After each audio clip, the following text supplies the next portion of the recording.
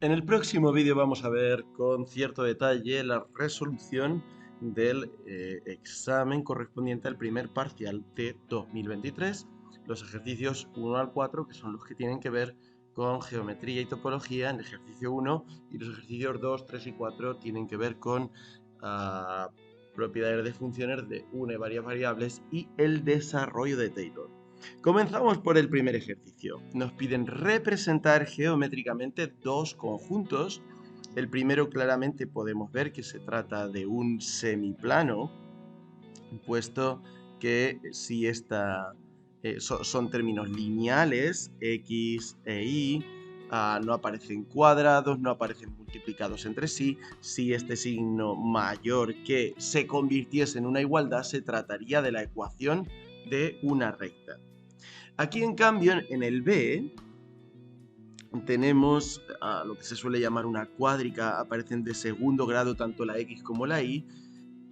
Muchas veces, cuando tenemos un término de segundo grado con uno lineal, se puede completar el cuadrado, y en este caso podemos ver que se trata de la ecuación de una circunferencia. Vamos a verlo. Se trata de una circunferencia si aquí hubiera un igual, ¿vale? De momento vamos a sustituir este mayor que y este mayor igual por signos igual, y en ese caso, ¿qué tendríamos? Tendríamos x es igual a menos 2y más 8, es la ecuación de una recta. Únicamente necesitamos dar dos puntos, x e y, para ver por dónde pasa. Cuando la x, por ejemplo, es 0, eso obliga a la y a tomar el valor 4.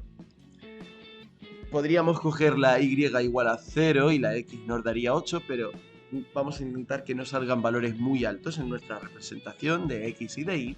Por lo tanto, vamos a coger, por ejemplo, cuando la y vale 3, en ese caso x vale 2. Muy bien. En cuanto a la circunferencia de la que hablamos, completamos cuadrados. Tenemos x cuadrado más y cuadrado menos 4x más 2y más 1, igual a 0. Bien, el truco que vamos a usar en este caso es siempre el mismo. Siempre que tengamos algo de la forma x cuadrado más un término en las x con coeficiente 2a, llamémoslo así, siempre podemos ver esto como parte de esta expresión, como x más a al cuadrado, que es x cuadrado más 2 por a por x, que es esto, pero puesto que aquí hay un a al cuadrado, debemos restar a cuadrado a continuación. De modo que, si tomamos eso así, x cuadrado y menos 4x, lo podemos agrupar como x menos 2, puesto que 2 es la mitad de menos 4, al cuadrado, y como esto nos da 2 al cuadrado, que es 4, debemos restar 4. Del mismo modo, si lo hacemos con el término y cuadrado e y, estos dos términos los podemos poner como y más 1 al cuadrado, que efectivamente me da y cuadrado más 2y, pero debo restar ahora 1. De modo que me ha quedado que x menos 2 al cuadrado menos 4 más y más 1 al cuadrado menos 1 más este 1 que no debemos olvidar es igual a 0. Se va este menos 1 con este más 1 y nos queda x menos 2 al cuadrado más y más 1 al cuadrado igual a 4, que rápidamente reconocemos como una circunferencia que tiene centro en 2 menos 1. Recordemos, la ecuación de la circunferencia de centro AB es x menos a al cuadrado más y menos b al cuadrado igual a radio al cuadrado. Hay que cambiar este menos 2 por un 2, este más 1 por un menos 1, y el radio es la raíz de 4, que es 2. Claro, esto es si lo que nos dieran fuera igual, ¿vale? Pero, ¿qué ocurre? Lo que ocurre es que tenemos una inecuación. Cada una de estas curvas vamos a representarla en unos ejes, Vamos a intentar que salgan lo más recto posible, aunque el dibujo va a ser aproximado, evidentemente. 1, 2, 3, 4, 5, 1, 2, 3, 4, 5, tratando de que todas las divisiones tengan la misma longitud. 2, 3, 4 y 5. Bien, ¿ahora qué hay que hacer? Ahora debemos representar la recta que pasa por 0, 4 y 2, 3. Esa recta la vamos a pintar de color verde. El punto 0, 4, 0 en las X, 4 hacia arriba, es este, el punto 0, 4. El punto 2, 3 significa me muevo 2 hacia la derecha, 3 hacia arriba. Por lo tanto, se trata de una recta como esta. De momento siempre lo voy a pintar discontinuo y ahora veremos ya si las fronteras están incluidas o no. Ha salido un poco torcido, pero bueno, la idea era que es la recta que pasa por esos dos puntos. Bien, ahora, una vez que tengo un semiplano, basta para saber qué parte está contenida. Se puede hacer de dos maneras. El semiplano real, ¿cuál es? El semiplano es X es mayor que menos 2y más 8. Para saber cuál de las dos regiones es la que yo quiero, hay dos métodos. Uno es coger un punto cualquiera que no pertenezca a la recta, por ejemplo el 0, 0, y ver si 0, 0 cumple, si 0, 0 pertenece a este conjunto A. Bueno, si eso fuese así, debería cumplir la inecuación. 0 debería ser mayor que menos 2 por 0 más 8. O sea, 0 mayor que 8. Esto no se cumple. No es cierto. Así que podemos claramente ver que 0, 0 no pertenece al conjunto A. Y la región A es este semiplano de aquí. La frontera, puesto que la igualdad no está incluida en la inecuación, no está incluida. Ahora tendríamos, lo podemos pintar aquí mismo, esta circunferencia con centro en 2 menos 1, el punto 2 menos 1 es este, y de radio 2. Pues me quedaría básicamente, pasa por aquí, no, vamos a... Lo estamos haciendo un poco mal. Si tiene radio 2, tiene que pasar por ahí. Bueno, algo aproximadamente similar a esto, una circunferencia con radio 2 centrada en ese punto. Por cierto, hemos olvidado decir cuál era la segunda manera de ver cuál era la región buena con el semiplano. La otra manera es despejar y resolver para y. En ese caso, ¿qué me quedaría? Me quedaría de esta ecuación, pues inecuación puedo obtener que x es mayor que menos 2y más 8. Lo puedo transformar, paso al otro lado. Me queda 2y es mayor que menos x más 8. Y por tanto, y es mayor que... menos x más 8, bueno, menos x medios más 4 si queréis. En cualquier caso, esta es la recta, si no simplificamos, la recta corresponde a la igualdad. Cuando al despejar y nos salga y mayor que lo que queda, quiere decir que va a estar por encima de la recta, como nos ha ocurrido. Si al despejar y nos queda, no hace falta ni siquiera resolver completamente, nos quedase menor, y menor sería hacia abajo. En el caso de la circunferencia, lo más sencillo para ver si la región que queremos es la de dentro o la de fuera, siempre que nos salga mayor o igual que el radio, es que la distancia al centro es mayor o igual. Dicho de otro modo, podemos comprobar si el propio centro satisface la inecuación o no.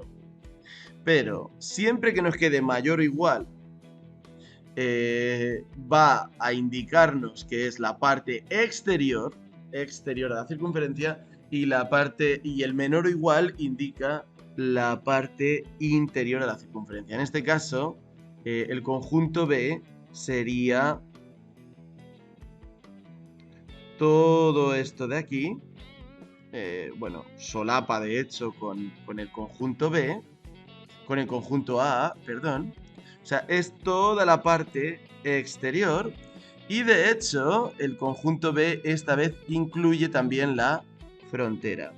O sea, la frontera la marcamos con una línea sólida y es todo lo que no es esa bola, o sea, es el complementario de una bola que sería abierta. O sea, la parte que no está en B es una bola, el interior una circunferencia, y la bola no contiene la frontera porque la frontera es parte de B. Bien, una vez que los hemos representado geométricamente, podemos ver que A claramente es abierto porque no contiene su frontera, no es acotado porque se extiende como cualquier semiplano hasta el infinito, por tanto esto implica que no es compacto. Para ser compacto hay que ser cerrado y acotado, y sí que es convexo. Acordémonos que los conjuntos convexos típicos, los conjuntos convexos típicos, ¿cuáles son? Pues son las bolas, los semiplanos y las intersecciones de conjuntos convexos. Intersecciones, perdón, de conjuntos convexos.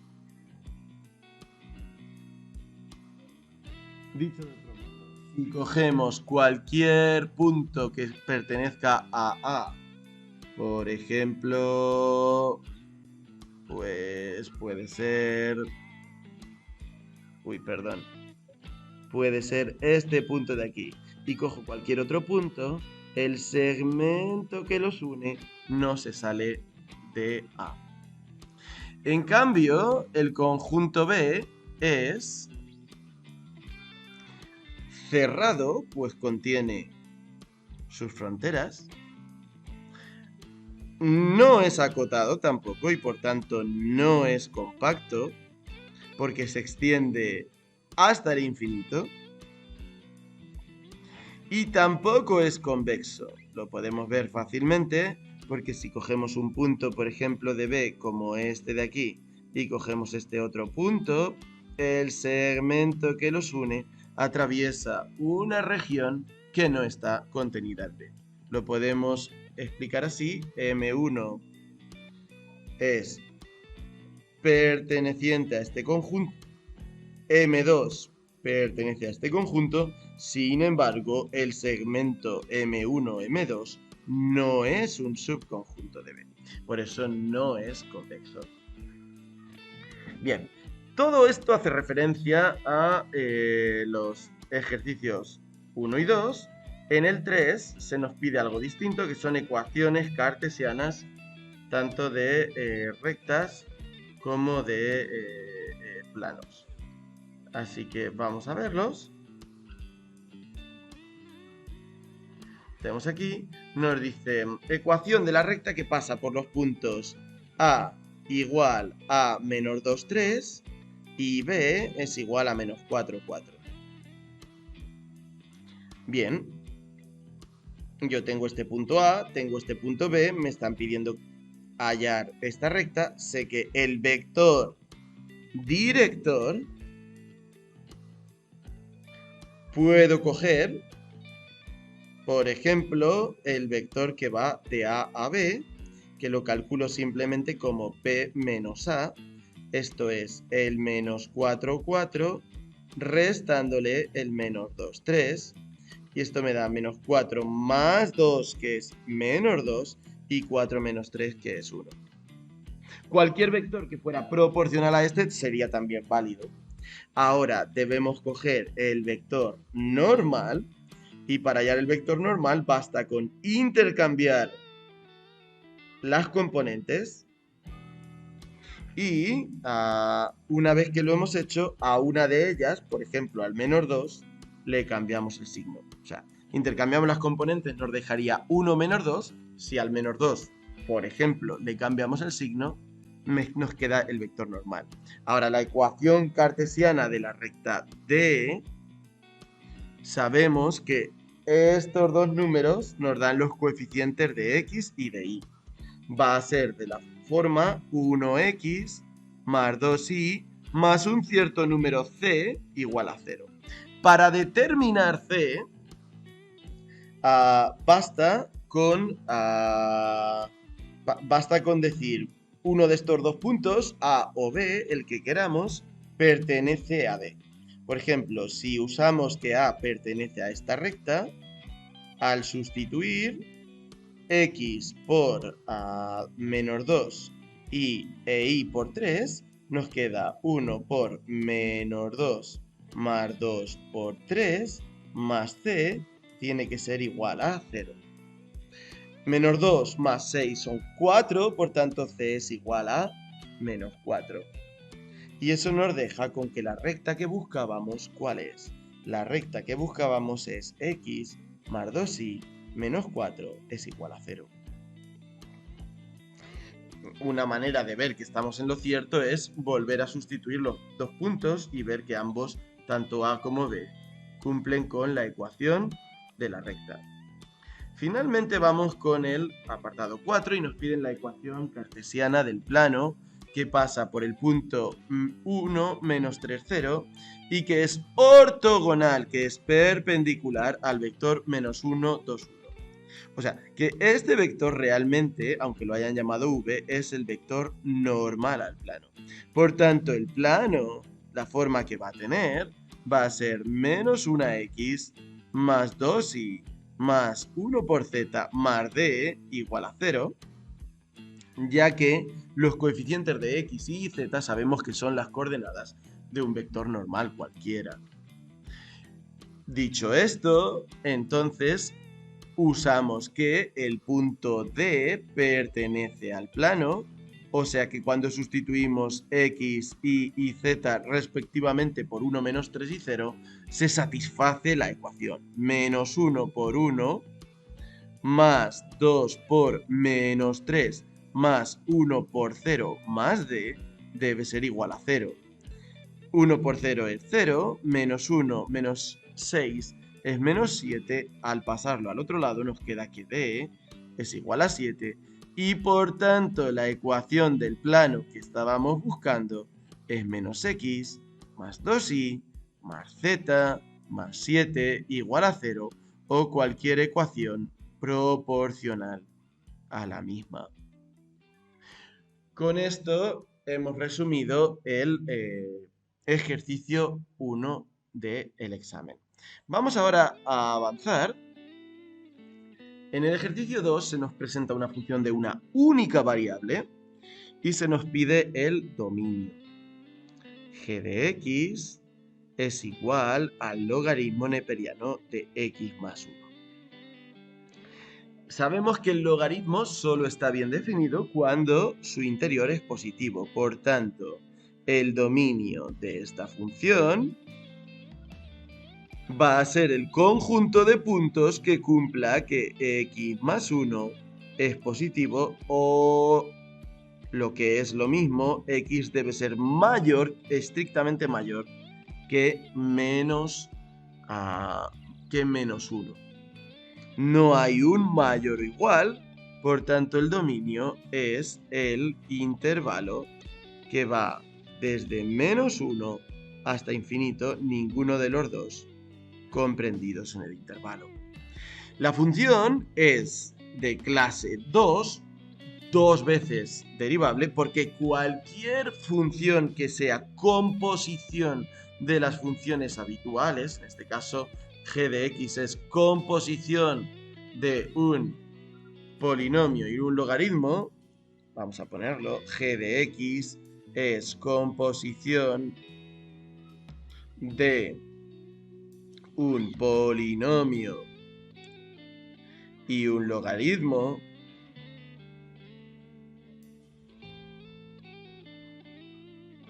y esto hace que sean, de hecho, no solo dos veces derivables, sino infinitamente derivables en su dominio.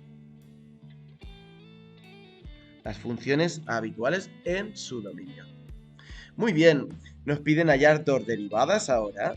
La primera derivada es el logaritmo, por tanto 1 partido por lo de dentro, y la derivada de lo de dentro es 1. Y ahora me quedaría la segunda derivada. La segunda derivada debemos volver a derivar esto, o sea, hay que derivar x más 1 elevado a la menos 1. El menos 1 iría adelante y me quedaría x más 1 elevado a la menor 2. Y la derivada de lo de dentro, la derivada de x más 1, es simplemente 1. Esto lo podemos poner como menos 1 partido de x más 1 al cuadrado. En el apartado 3 se nos pide hacer la aproximación local de Taylor de segundo orden en el entorno del punto 0.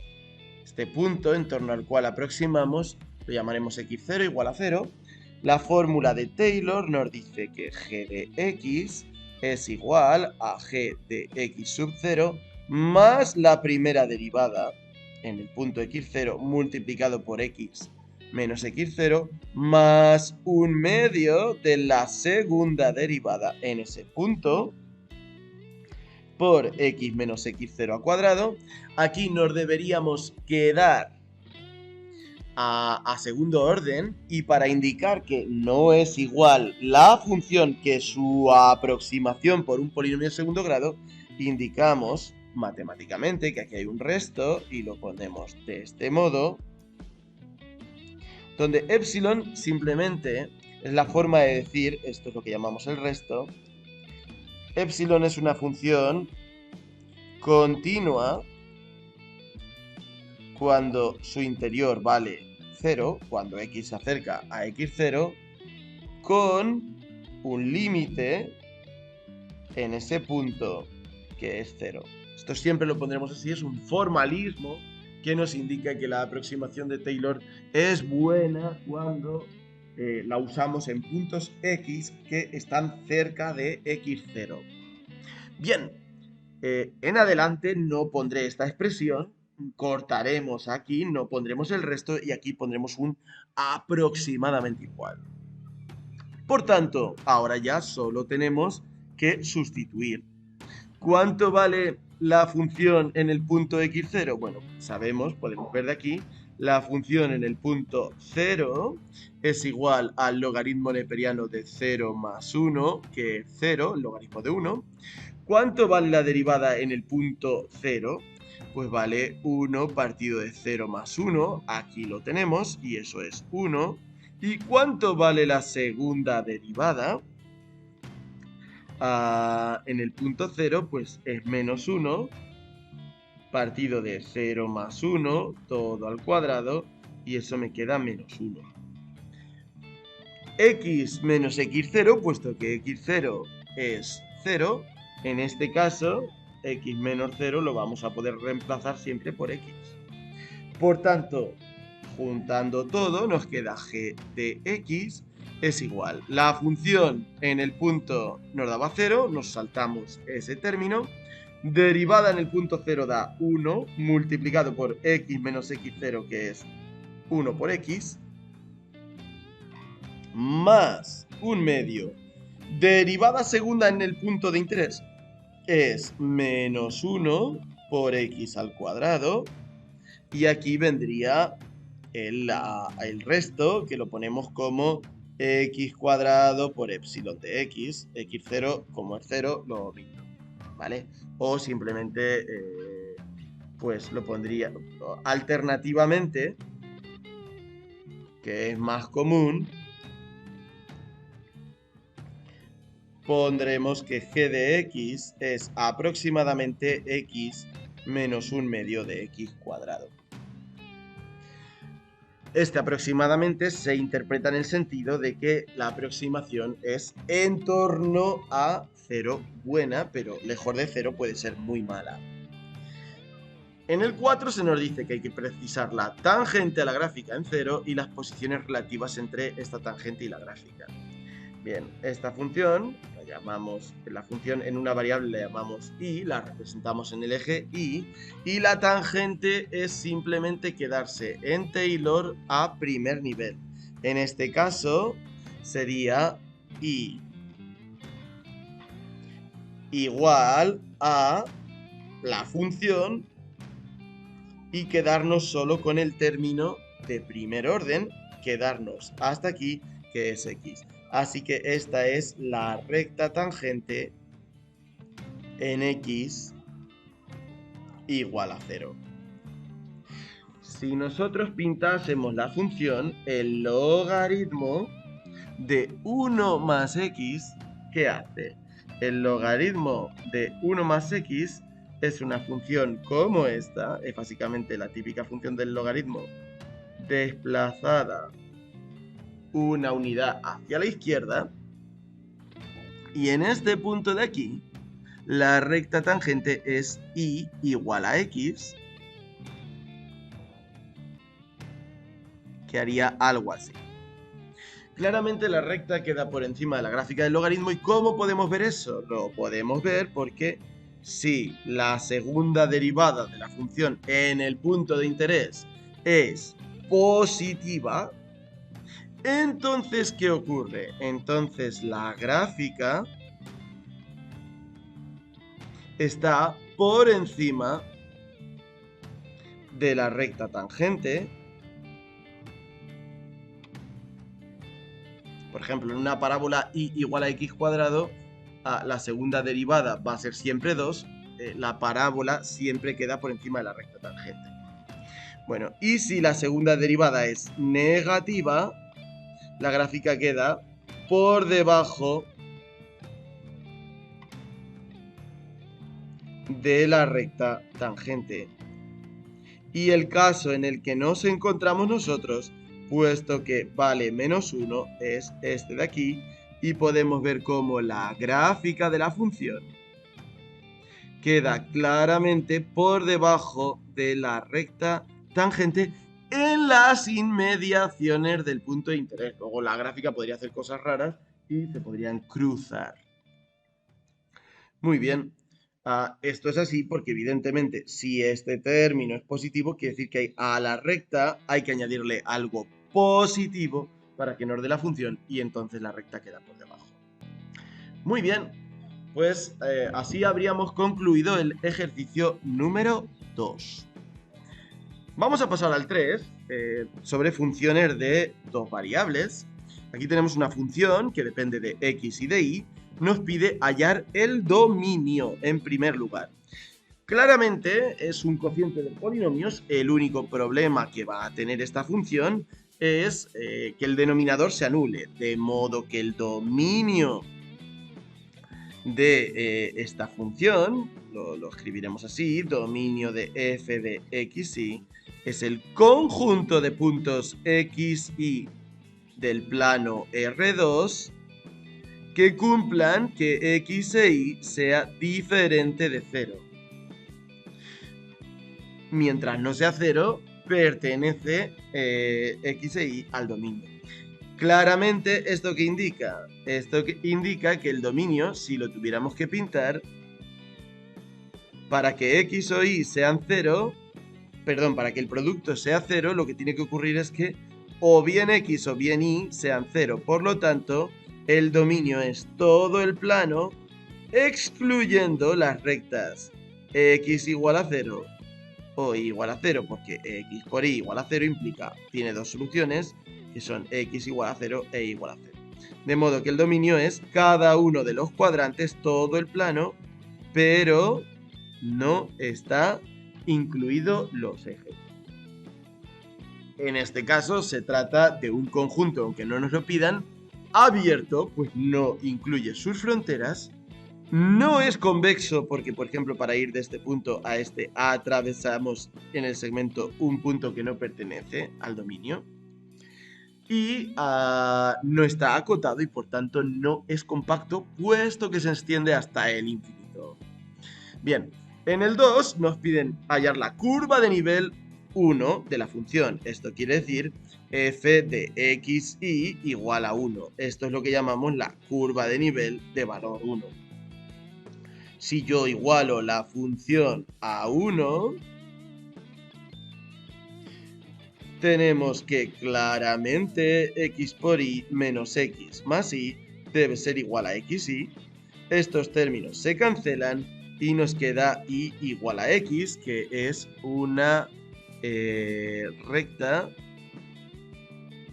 que está aquí, excluyendo el punto 0, 0, que no pertenece al dominio. O sea, la curva de niveles, la recta xy, pero teniendo en cuenta que el 0, 0 no estará presente. En el 3 nos piden hallar las derivadas parciales en un punto cualquiera. Bien, para hallar las derivadas parciales, pues decimos, venga, derivada parcial con respecto a x. ¿Vale?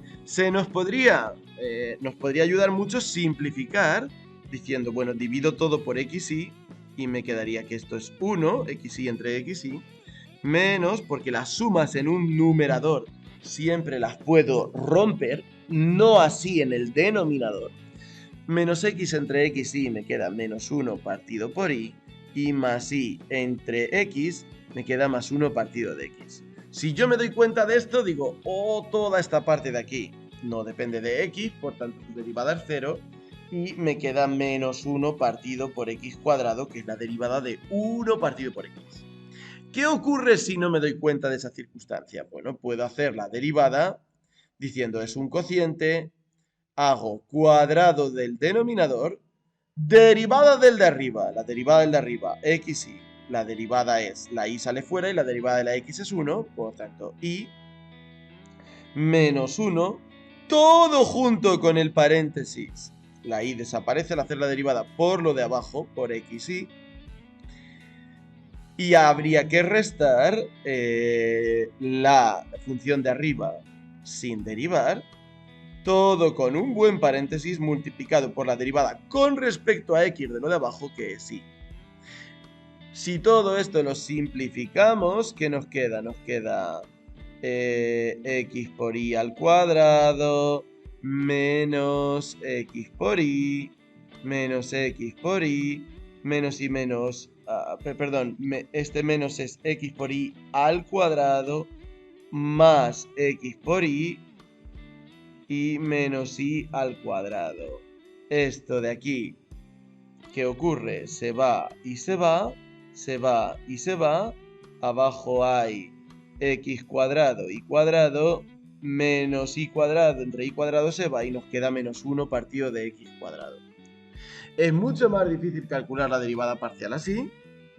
Es mucho más fácil si uno hace simplificaciones antes, pero se debe llegar al mismo lugar si hacemos las cosas bien. Por tanto, ahora del mismo modo, hacemos la derivada con respecto a y, tenemos menos 1 partido por y, solo cambia el signo, me quedará 1 partido por y al cuadrado. Me lo piden en un punto cualquiera. El gradiente ahora en un punto xy cualquiera va a ser menos 1 partido de x cuadrado, 1 partido de y cuadrado, que son las derivadas parciales. Por tanto, el gradiente en el punto 1, 2 va a ser menos 1 partido de 1 al cuadrado y 1 partido de 2 al cuadrado. Esto es menos 1, un cuarto. Ahora debemos hacer el desarrollo de Taylor de primer orden en torno al punto 1, 2. Si tenemos que hacer Taylor a primer orden en una función de varias variables, Taylor a primer orden lo escribiremos así, como f de x es igual a f de x0 más el diferencial, que es el producto escalar del gradiente por x menos x0. Y aquí, si queremos ser matemáticamente muy precisos, pondríamos la norma de x menos x0 por epsilon de la norma de x menos x0, donde epsilon de x es continua en y, perdón, en x igual a 0 y el límite de x tendiendo a 0 de epsilon de x es 0. La forma de decir que es algo pequeño, este resto lo escribiremos una vez así y luego ya pondremos que f de x es aproximadamente, que da a entender lo mismo, esto de aquí hasta el primer orden. Ahora tenemos que calcular, por tanto, x, ¿qué es? X es un punto genérico, ¿vale? X es el punto XY. Lo hemos puesto como vector porque nos ayuda como a... nos ayuda a que la fórmula no sea tan larga y memorizarla mejor. X0 es el punto en torno al cual realizamos la aproximación, en este caso el 1, 2. Y ahora ya tenemos que calcular, por tanto, simplemente esto, esto y esto. La función en el punto x0 es la función en el punto 1, 2. Lo único que hay que hacer es sustituir la x por 1 y la y por 2. 1 por 2 menos 1 más 2 partido de 1 por 2. Esto me queda 2 menos 1 es 1, más 2 es 3, 3 medios. Así que esta parte de aquí nos da 3 medios. El gradiente de f en el punto 1, 2 ya lo teníamos calculado. En la parte difícil me da menos 1, un cuarto. Y x menos x0 es simplemente restar dos vectores. X menos 1 e y menos 2. Primera con primera, segunda con segunda. Y aquí hay un producto escalar que no se nos debe olvidar. Ahora, primera con primera, segunda con segunda. Lo que nos queda finalmente es que z igual a f de xy es aproximadamente igual a 3 medios menos 1 por x menos 1, primera con primera, más un cuarto por y menos 2. Esto lo podemos arreglar un poquito. Nos queda que z igual a f de xy es aproximadamente, pues tenemos menos x más un cuarto de y juntamos 3 medios menos 1 por menos 1 es más 1, 3 medios más 1, 5 medios, y 5 medios menos 2 cuartos, que es un medio, 5 medios menos un medio nos da 2, 4 medios, que es 2. ¿Vale? Esta es la aproximación de Taylor de primer orden. Como nos piden el plano tangente en el 6, el plano tangente es simplemente quedarse a primer orden, pero ahí ya no es aproximado, sino que es la igualdad. El plano tangente sería z igual a menos x más un cuarto de y más 2. Si queremos, podemos evitar la fracción y ponerlo todo a un lado para que nos quede la ecuación cartesiana. Nos quedaría esto que x menos un cuarto de y más z más 2 es igual a 0. O sea que es el plano perpendicular al vector 1 menos un cuarto 1 que pasa por ese punto. Muy bien, pues este sería el plano tangente. Finalmente, en el último ejercicio se nos pide aproximar funciones mediante el desarrollo de Taylor. La idea es que nos dan una serie de cantidades. Vemos que 5,98 sospechosamente se parece mucho a 6. 6,1 se parece también sospechosamente mucho a 6. La idea es decir, oye, esto corresponde al valor de la función raíz de uno de los números le llamamos x y al otro y, cuando el punto xy fuera el punto 5,98, 6,1. O sea, esto corresponde al valor, lo que yo quiero calcular, de f en este punto x. El truco está en coger como referencia un punto sencillo que esté cerca de él, en este caso 6,6. Y usamos la aproximación de Taylor. F de x, que es lo que quiero calcular, es aproximadamente f de x0 más el gradiente en ese punto multiplicado por x menos x0. X menos x0 es simplemente restar los dos puntos. Me queda 6 menos 5,98 es 0,02. 6 menos 6,1 es menos 0. Perdón, lo estamos haciendo al revés. 5,98 menos 6 es menos 0,02. 6,1 menos 6 es más 0,1. La función en el punto x0, ¿cuánto vale? F en el punto de referencia es la función en el punto 6,6, o sea, raíz de 6 por 6, raíz de 36, que es 6.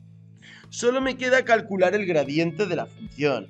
El gradiente de la función en un punto xy, pues me lo da la parcial con respecto a x. La parcial con respecto a x, esta función es raíz de x por raíz de y.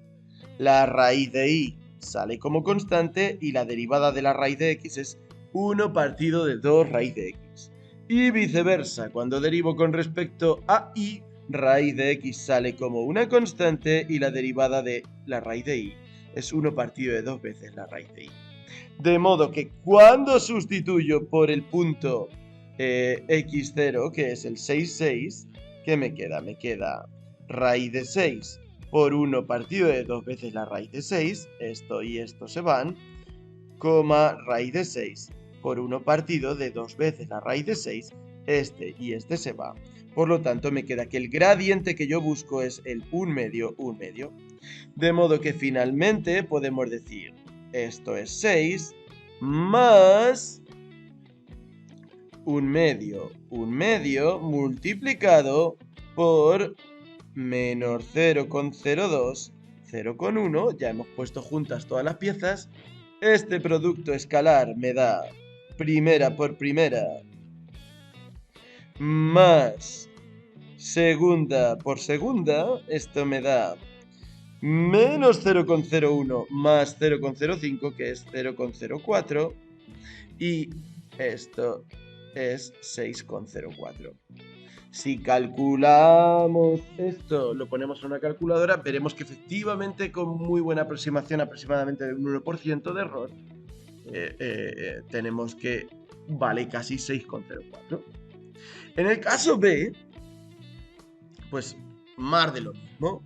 Podemos decir que esto es igual al valor que tendría una función, y en este caso, ¿qué función queremos? Pues es la exponencial con un cociente de dos números. Vamos a decir que esto es el valor de la función en el punto xy, o f de x, como lo queramos llamar, donde esta función, ¿cuál es? Es la exponencial de x partido por y, y el punto buscado es cuando la x vale 0,03 y la y vale 0,99. El truco va a ser coger como referencia un punto cercano, que evidentemente es el 0,1, donde sea sencillo calcular. En este caso, ¿qué necesitamos calcular de nuevo para nuestra aproximación de Taylor que hemos puesto antes aquí? Pues necesitamos calcular tres cosas. Necesitamos calcular cuánto vale la función en el punto de referencia, esto es la función en el punto 0,1. Sustituimos la x por 0, la y por 1, e elevado a 0 es 1. Bien, ya tenemos el primer ingrediente. El segundo es el gradiente. El gradiente de la función en un punto cualquiera, pues es la derivada de la exponencial, es la propia exponencial. Ahora hay que derivar con respecto a x el exponente. La y que divide es como si fuera una constante, la derivada de la x es 1, por tanto, por 1 partido de y. Ahora, con respecto a la y, la exponencial al derivarla queda igual, pero la x sale fuera como una constante en el numerador y la derivada de y es de 1 partido de y, perdón, es menos 1 partido de y al cuadrado. Sustituyendo el gradiente de la función en el punto que queremos nosotros, en el 0, 1, si sustituimos la x por 0 y la y por 1, la segunda componente claramente es 0, porque está multiplicando por 0, y la primera vale 1, porque e elevado a 0 es 1, 1 entre 1, 1. Finalmente, x menos x0, ¿cuánto vale? Pues 0,03 menos 0 es 0,03 y 0,99 menos 1 es 0,1. Perdón, menos 0,01. Ahora, ¿qué ocurre? Podemos decir que esto es aproximadamente igual a f de x0 más el diferencial, que es el gradiente de f, en el punto x0, producto escalar por x menos x0. O sea, que es 1 más el 1, 0, producto escalar por el 0,03 menos 0,01, y este producto escalar es u primera por primera más segunda por segunda, 0 por algo es 0, y esto me queda 1,03.